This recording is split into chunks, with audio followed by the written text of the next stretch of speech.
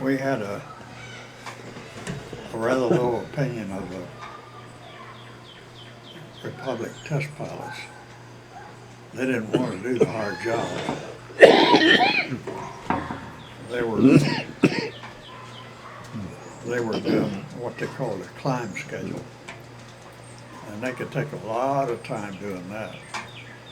But when it came to doing a high-speed dive, they didn't want any part of that because there were too many bad things happening. Originally, they made the elevators out of fabric-covered steel framework, and if you got to going too fast, sometimes that would peel off or tear in strips, and you didn't really have a lot of good control.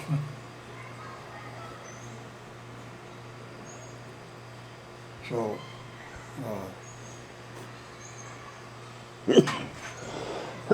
one day I decided to see if I couldn't get even with him a little bit.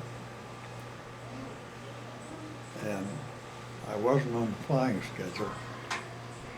My name wasn't on the board anywhere. And I figured that I'd do what I eventually did was I picked up the airplane, and instead of making a long flight of it,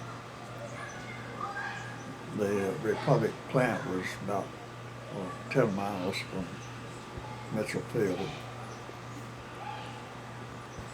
And I took off there and flew up to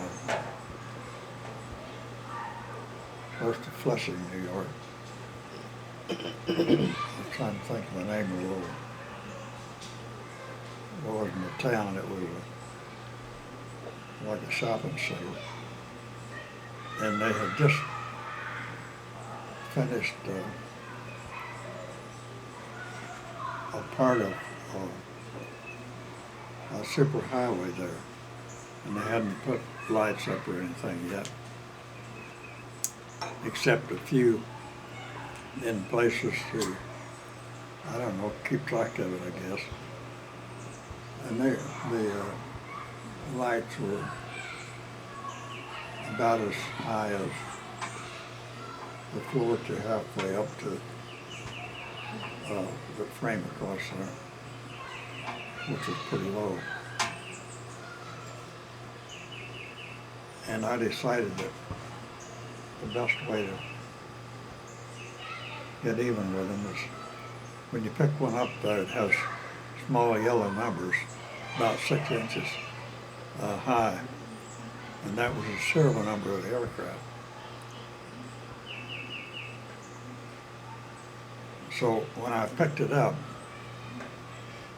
I went out a little ways from a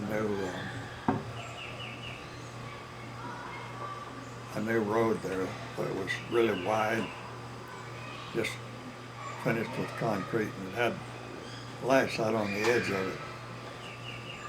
And the lights would be like I say, about halfway between that rail there and the upper part. And I knew that that aircraft wouldn't be on our board any place to show that it belonged to us. And when you pick them up, they just have a small white number on the tail and one place on the fuselage. So I figured that if I took off from there, flew up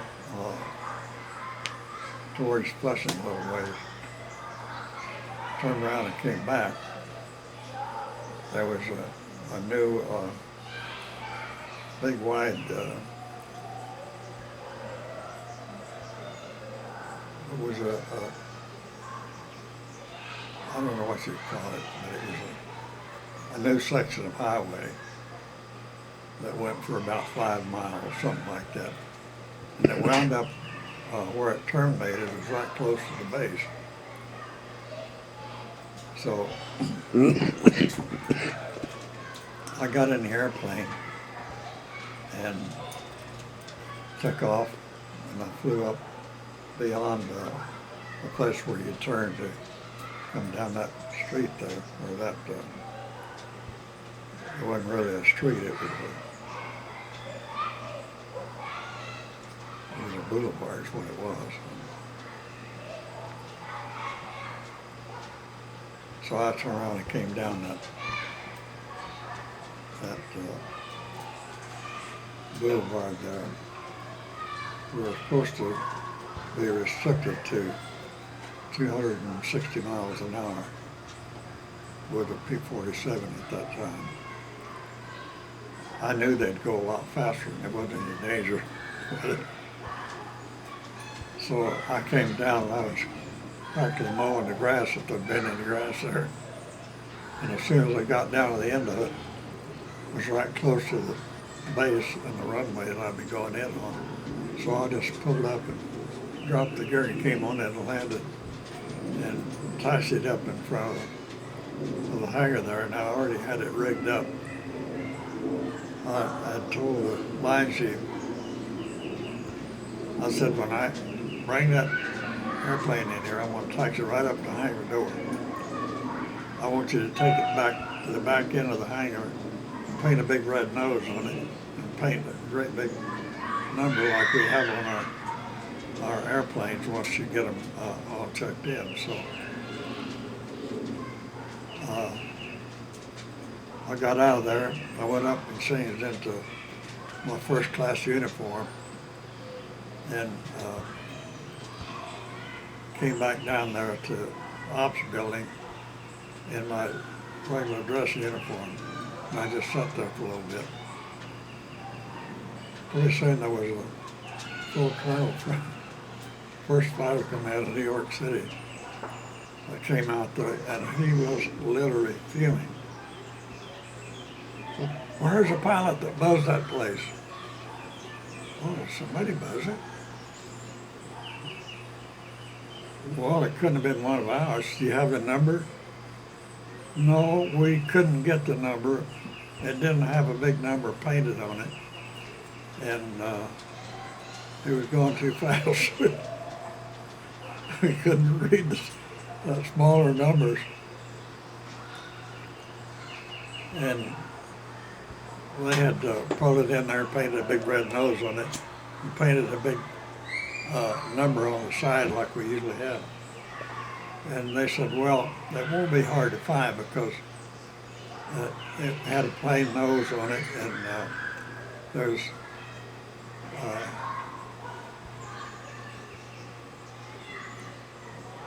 we know that yours are painted red, so they wouldn't have had time to paint it red, and they wouldn't have had a big number on it either, so we won't have any trouble finding it. So they went out, looked through the hangar, and I was there in a dress uniform.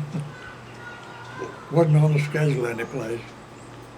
I knew that the airplane serial number wouldn't be up there because it hadn't gone through the receiving inspection, so it wouldn't be posted on the board. And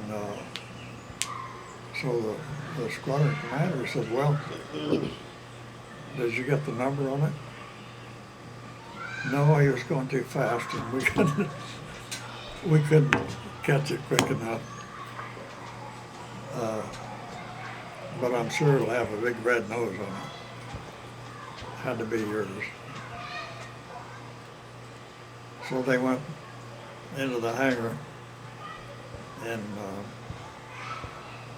they went around and looked at all the airplanes. There wasn't one in there that didn't have a red nose on it and a big number on the side.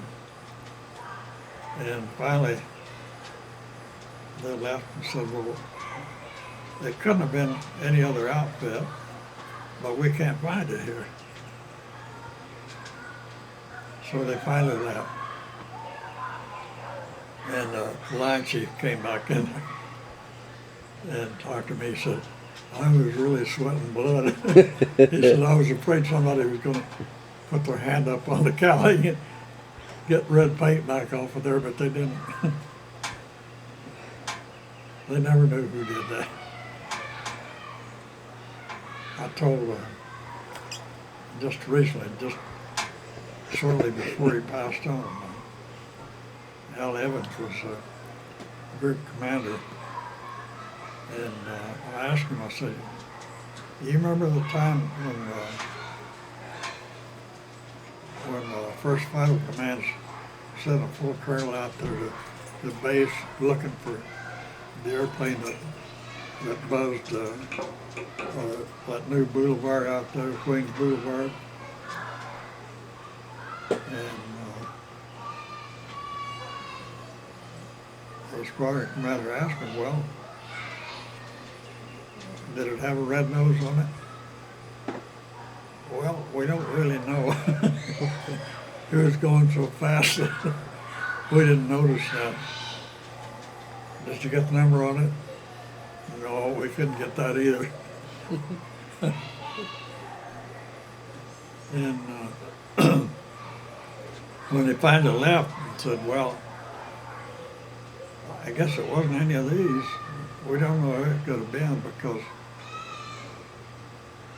there's nobody right around here close except the 90th Squadron, and they're down at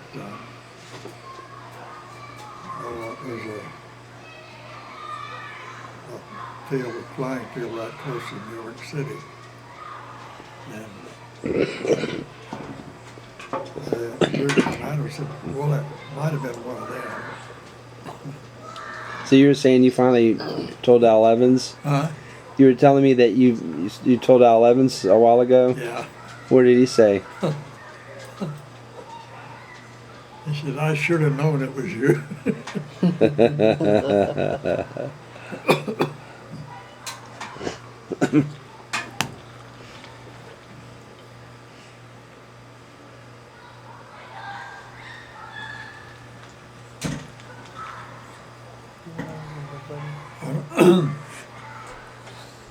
One of his sons that I was talking to later,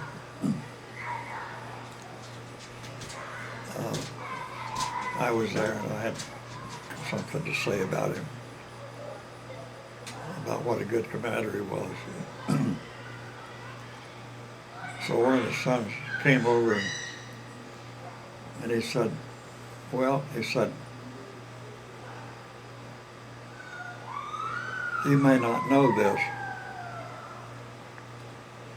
but there was only one picture up there that had a name on it, and it was yours.